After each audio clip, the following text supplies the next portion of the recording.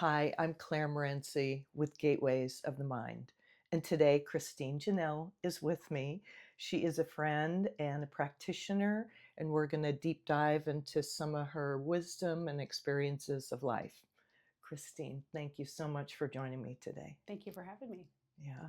So please start by giving us kind of a background of where you come from and what you do as your gifts to the world. Sure. So I was born and raised in Port Angeles, Washington. Well, moved there away from probably when I was in the teens and grew up on the Lower Elwha, which I loved. It was a great experience. And I started doing body work when I was 18, before licensing, long, long time ago. Moved to North Carolina where I was formally trained in injury treatment massage and had a great experience where I traveled with the PGA Tours for a couple years. And then I found myself back in Cle Elum, Washington. My mom needed some assistance, so I moved back here to help her out. And I've been here for probably almost 27 years, which is the longest place I've ever lived. Had a massage school, 4-day spas. Actually, had two different locations. When I first started the massage school, I started in Cle Elum, Washington, and then my other location was in Wenatchee. And then after a few years, I decided to take a break. I took about a year and a half off of massage work and started a business with one of my best friends, Candace. We decided to go in the restaurant business, which took me on a different path and journey and really made me realize how much I loved body work and Mm. massage. So now I am back in the industry full time, which I love, and I've kind of customized it to fit for me and the clients. I made it easier, not only for myself, but for my clients as well. So, yeah, just a journey of many years of education and different continuing education, and yeah, finds myself here today. Awesome. Yeah. So, what does bodywork mean? Can you go through some of your certifications and highlight what is most valuable for you or where you personally learn the most about yourself? So body work is interesting. There's tons of different modalities, and I think that's why anyone that does massage therapy or any body work, it's endless. So I've done literally everything that was popular, everything that wasn't popular. Um, in education now, I found that I've probably done everything that's offered. It's just renamed. It's kind of like ashiatsu, the barefoot. Now it's barefoot massage, but before it was ashiatsu. Everything comes back around every few years. It's just rebranded and renamed. So what I have found in the industry, you have a toolkit, and most of us, when we go to these classes, we only retain probably 11% of what we learn. So every time you go back to the class, you're always just picking up a different modality. The biggest thing for me in the world of doing massage is that my body changes, so I have to adapt the work to change with my body. So, what I could do when I was in my 20s, I definitely cannot do today. So, sometimes we have a wrist injury, or maybe, we come out of a hip surgery or whatever. There's just things that you have to change and adapt. And that's what I love about our industry, is because you can always adapt. So, I've gotten more into sound therapy, healing, vibration therapy, and it's all things that just enhance the services of the clients that we see. Hmm. So, what do you do for sound and vibration therapy? What specifically do you offer in those arenas? Because both of those are pretty big too, or Yeah. certainly the sound is. So I took a class on guided meditation, which I loved. And then I ended up buying a sound bed from a friend that bought one here locally. And she was not a practitioner and was not sure how to bring it into the community. And I had a great experience on my travels in Mexico, where I met a gentleman named Andres, who used the sound therapy bed, and he did massage with it with the music, and it was really quite powerful. Mm. And then what I did is brought it back and made it work for me. So it's sounds, sense. It takes you on just a journey of your mind. So it brings you into that, the beta, the theta, that so you can bring people in and out. So it's customized just like massage. I just incorporate my massage supine. So the bed that I have is actually, you can't lay down on it, prone, so face down. But it customizes a different area of relaxation. And the ultimate thing is, as a injury treatment therapist, my table massage is probably not relaxing. No one leaves my place saying, "Oh man, I just got the best sleep." But it gives me another service to offer on top, to offer that experience, whether it's 15 or 10 minutes, to get them to that place of relaxation. So it's just another tool for me. So the vibration part is actually the table. Yes. Yeah. And then what about the sound part? The sound is, you can either the vibration is based on the bass of the music that you're playing. So you actually have headphones on. You can immerse people The with. patient does. Yes, Okay. yes. Actually, Mhm. both of us do. Ah, That's how I hear it too. But it gives people the opportunity. The fun thing I like about that is I can customize per person. And, it's really fun for me getting to know personalities, because every music is really a personal thing in mhm. massage. I know what I love, and I sometimes you play what you like, but that doesn't necessarily it meets the client's needs. So this has just been something fun that I've been playing with in the last few years. It gives me another source, another way that I can meet that relaxation point for my client without having more work for my hands. Mm, got it. And then the scent part. Tell us about that. Scent is personal too. So I use Kapal. Like I do a lot with Sweat Lodge. I do the Temazcal, which is the Mexican sweat lodge. That's what I've been trained on in Mexico for the last decade. Um, it's not something that you can just do. You have to be granted, you know. Mm, Yeah, we just add different scents. Sometimes it's for cleansing. Sometimes I do some aromatherapy based on essential oils. I think the people guide you. Sometimes it's intuition, sometimes it's what the client wants. I mean, you have to kind of know how to use both of them to get them there. So, yeah, it's, I don't know, probably 90% intuition, but mm, people love it. awesome. And then how did you personally cultivate your intuition to a place of trusting it at this level you're describing? That takes a lot of mind exercise. Sometimes I think I doubt myself still today. I think that is where you find classes and a support team. Um, you know, um, I think you build the relationship with your clients, and they build that relationship of trust with you. Um, for me, it's just a feeling, it's an extension of them. It's not really what I'm feeling, it's what they're feeling. And I just have to trust that I'm working within the right parameters. I do a lot of, I wouldn't say meditation, I connect with my higher self. When I walk into a room, it's not Christine, Janelle walking into the room. I'm just a vessel, and I'm just working with their body and their self. So the work is really their self facilitation of their wellness. I'm just kind of holding the container for that. Sweet. And then how do you personally get the distinction between uh, what they need and what you're doing there? My hands just work. And I can't really tell you, like people will tell me, how did you hit every spot? It really is just feeling the body as a map. When you're in, it's different every time. There should be never the same massage or body touch work, because the body changes minute by minute. Who walks in today is not who walks in tomorrow. So that's the really interesting part of working with your intuition. I cannot have any mind chatter. I did not practice for 3 years because I wasn't healthy. My mind wasn't healthy. I thought about myself the whole time, and I'm sure my work was horrible. But that is the part that makes it so great, right? You can Yeah. come back when you move through the cycles of your life. And Mm-hmm. now when I work, I it's it's easy. I'm not tired. At Mm, the end of a session, I'm energized. It's not because I'm not holding on to anything. yeah. And I think that for me, I'm grateful that I've seasoned myself into this choice of profession. I think I love it more today than I loved it in my 20s. Mm, And even though my body is older, and there's some changes that happen with every decade that works, I think my work is becoming easier. And I know it's better because my clients love it. I no longer am chasing clients. My clients are chasing me. Mm. And that Oh, is that's huge. that's a great Yeah. feeling as well. Hmm. And, I don't know about for you, but that took me a long time to understand for me because I was putting, I was in a community that I was working so hard to fit into.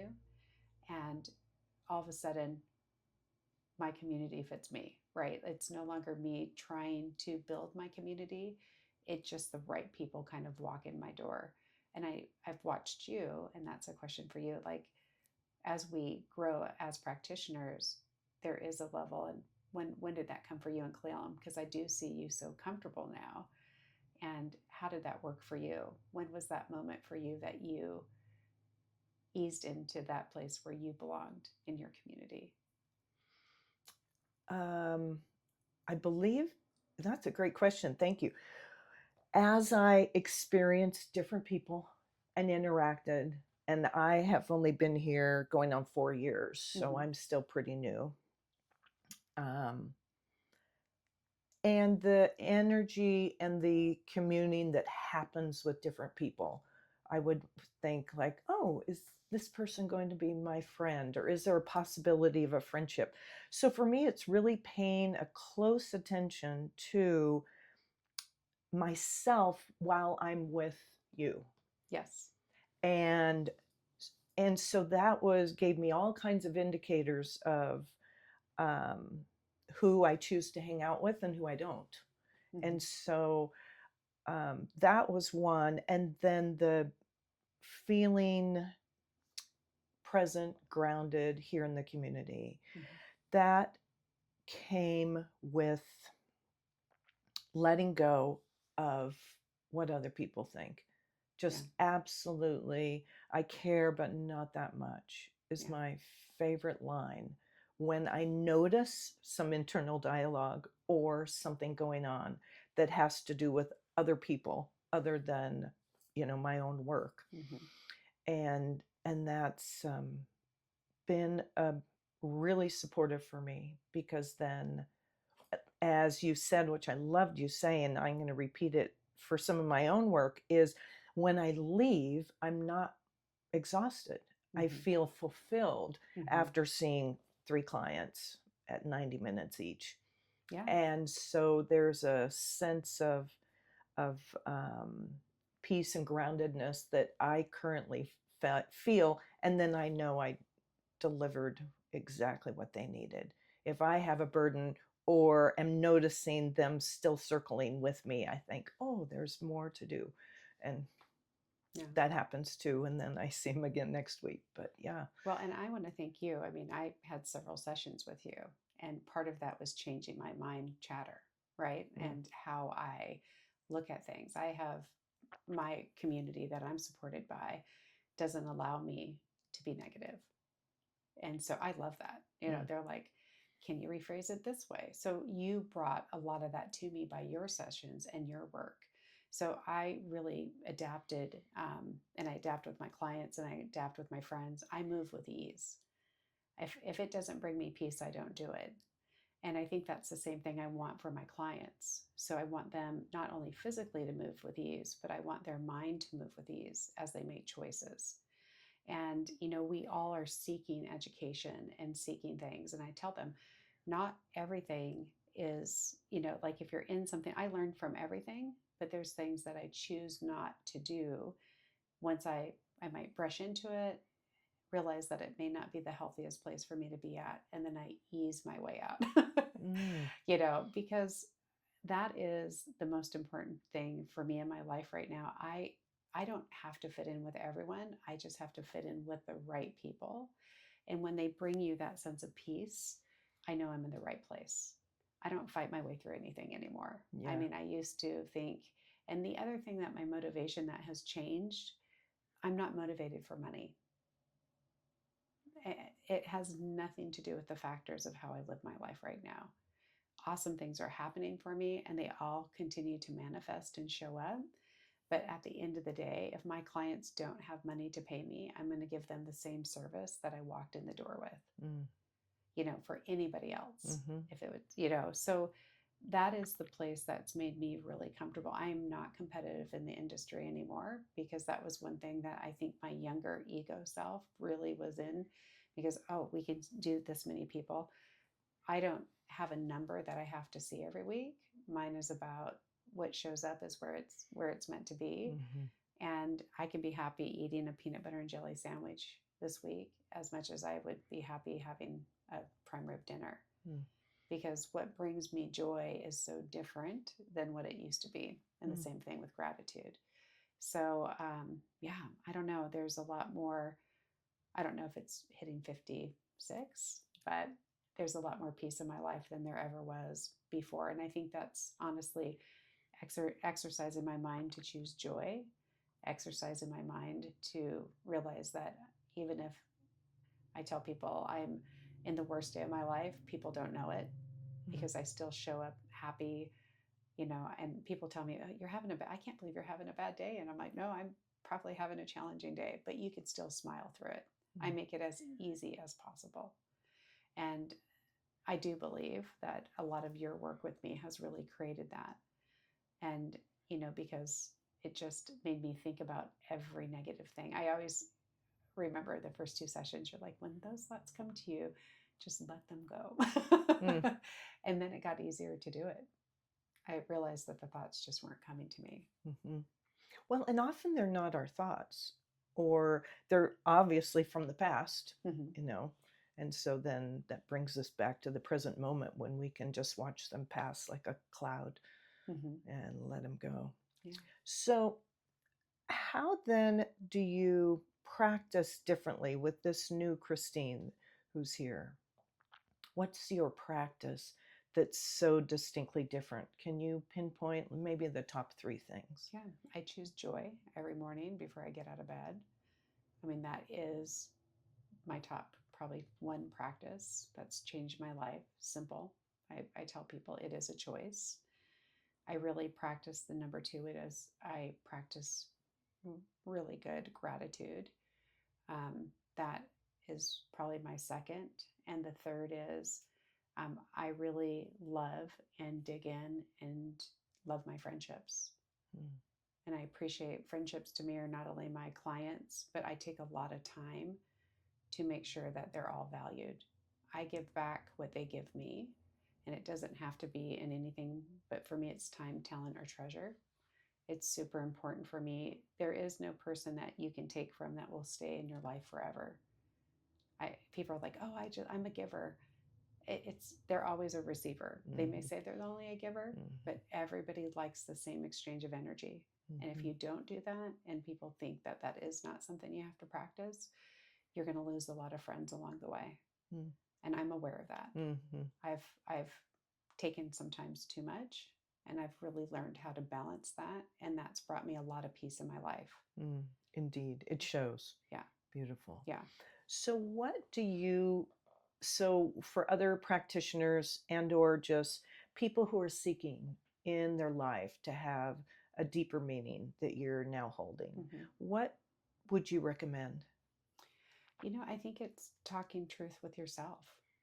What does that mean? Well, I think a lot of us say a lot of things externally, and it's not a feeling. I think one of the best things I did after I lost my dad, when I went to Mexico, I wrote out everything I loved about myself and everything I hated about myself. I felt every bit of guilt that I stored within me. And what that did for me was like I stored pain from a teenager of not being nice to a friend. I couldn't believe I had that still within me. It's an excellent exercise. Yeah. Yeah, good And job. I just said, why? I mean, out of all the things to remember, why that? Right? Because I think that's the first time I felt like I betrayed somebody. Mm. And I had to realize that, those years have passed. You could make choices of reaching out. I mean, I'm a big person of making amends. I mean, that's just my energy and who I am. But, I think when I truly felt every emotion that I've bundled up wherever it is, that was my freedom. I don't have any guilt or shame. I I'm not angry with anybody in my life. I don't go to bed mad. I wake up in a sense of peace. Yeah, it's completely different. Mm-hmm. And I think it's amazing what, like I said, you have to exercise your mind. And it's Mm-hmm. like you were saying, the gateways of the mind. I do believe that most people just are fearful of speaking truth of themselves. I'm not talking about, you know, I don't like someone's hair or that's not my favorite. I'm talking about within us to be able to say our biggest pain out loud. I think it's hard enough to say it in our mind. I think it's even harder to vocalize it. I think it's even harder to do it in front of somebody else, whether you trust it, whether it's a counselor, what anybody. I am no longer afraid to say anything. And I don't have to say it anymore. That's the interesting part. I'm not reliving past chapters. Mm-hmm. I'm creating new ones. Mm-hmm. Beautiful. I don't need to look back through my notes. I'm just like, this is my today and this is my forward. Mm-hmm. And, I mean, it's just easier that way. Yeah. Yeah.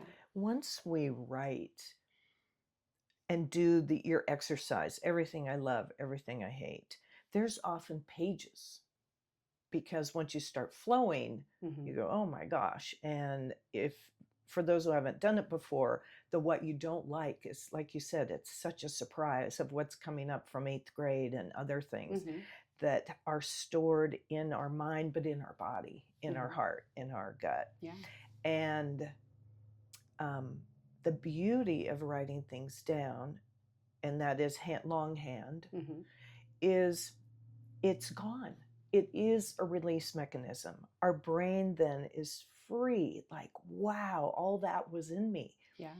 And then we're free to create, to make a choice of joy and not have all the interference of what else. I think we have more space. Exactly. Yeah. And Yes. the other thing is, I took it a step farther because I have 6 incredible girlfriends that they're tough on me in a good way. And I wrote to all of them, I sent a text message and said, what do you like about me? What is it that you really love about me? I mean, I was challenging my heart about why I existed. I was like, wow, what is it? And when they came back to me, it was all things I hated about myself. Mm. I'm too honest. I talk too much. It was all the things that made me what they loved me. And that was part of it, like that exterior shame that we take in from people telling us something. And then I had my best, closest friends that I would trust everything with label the things that I hated about myself as the things they loved about me. And that was the moment I was like, wow. I mean, it brings tears to my eyes thinking about it because it's like I stored in things that really weren't even true.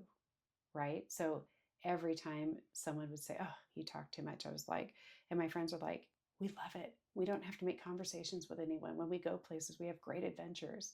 You meet people that take us on joyous rides. Don't ever change that. And I was like, wow, that was one of the first things on my list I wanted to give up. I wanted to take out. And that was the things that they loved about me. So yeah, I think those are the exercises to bring us to a new level. And then when people come up to me to say something, and there's a lot of people, and you've witnessed it, my friends, people say stuff to me that they would never say to anyone else in town. And I used to get mad. And, you know, instead of reacting to them and being angry, you know what I do? I smile and I'm like, wow, thank you for that information. And when you're joyous and you can hold your joy, nobody has power over you. It's really, if I knew power was being joyous and being happy, I would have had a lot more peaceful years because my strength is not in my words. Mm-hmm. It's in my, it's in within me, right? Mm-hmm. It's within being joyous. Yeah, indeed. Wow, beautiful. Um, is there any one, two, or three things that you recommend that other people do, or a class that was just amazing, or a book that you still reference that changed your life, that whoever reads it will benefit? Well, I love Kahlil Gibran, The Prophet. It's one of Mm. my favorite books. It's beautiful philosophy. It's easy read. It doesn't take much. I think it's under 100 pages, but it's just really makes you guide through life a little bit. Like you can't have joy without pain. And that's creates the bandwidth of people who we are. We have to have negative experiences to really appreciate positive experiences. And I think we have to understand that that's life. That's how we grow. That's how we do things. And when it comes to classes, you know, for me, I've been blessed in the last couple of years to travel around the world and do different religious things. I mean, I've done so many crazy things, but find what when you show up and people are trying to take you down another road, classes should be uplifting and light. It shouldn't make you feel like the only way that you have an outcome is by spending more money to get to the gift. The gift is really, truly should not, I mean, there's a cost to everything, but you shouldn't have to make huge sacrifices. And I mean that in a way, make sure the classes you're taking are healthy. Because when you're seeking fulfillment, you can be taken advantage of. So, what do you mean, make sure they're healthy? What does that mean specifically? Well, Or what have you experienced that you say that? So I've gone to a couple things, like one of the classes I went to, and we've talked about it in the past. The person was in the breathwork industry. Well, he had bad boundaries, inappropriate boundaries with people. Take the time to research what you're getting into, because when we're seeking to be healthy, we're easily to be manipulated to believe it's the right thing. So listen to your gut feeling, do research on classes, anything that tells you that you need to take yourself beyond your physical being. I'm not, and I get people get mad at me when I say, if they do plant medicine or whatnot. I'm not against those modalities, but they should be used within the sacred way that they're made. And so many things right now is like, if you're going to something and you have to do it 20 times, and truly the medicine was only meant to be once, just trust your instinct. Listen to, I always say reviews are really great. You have to read through them, ask tons of questions. But at the end of the day, you have to feel what's in your gut. And that's, I think you said it best in the beginning, taking the time to really listen to how you feel. What does it feel like inside of us? If it doesn't feel right, then don't do it. Mm-hmm. If it, it's every time we go to something, we should be at peace and empowered. We should be more screwed up when we leave. Excellent. I've gone to a couple of those.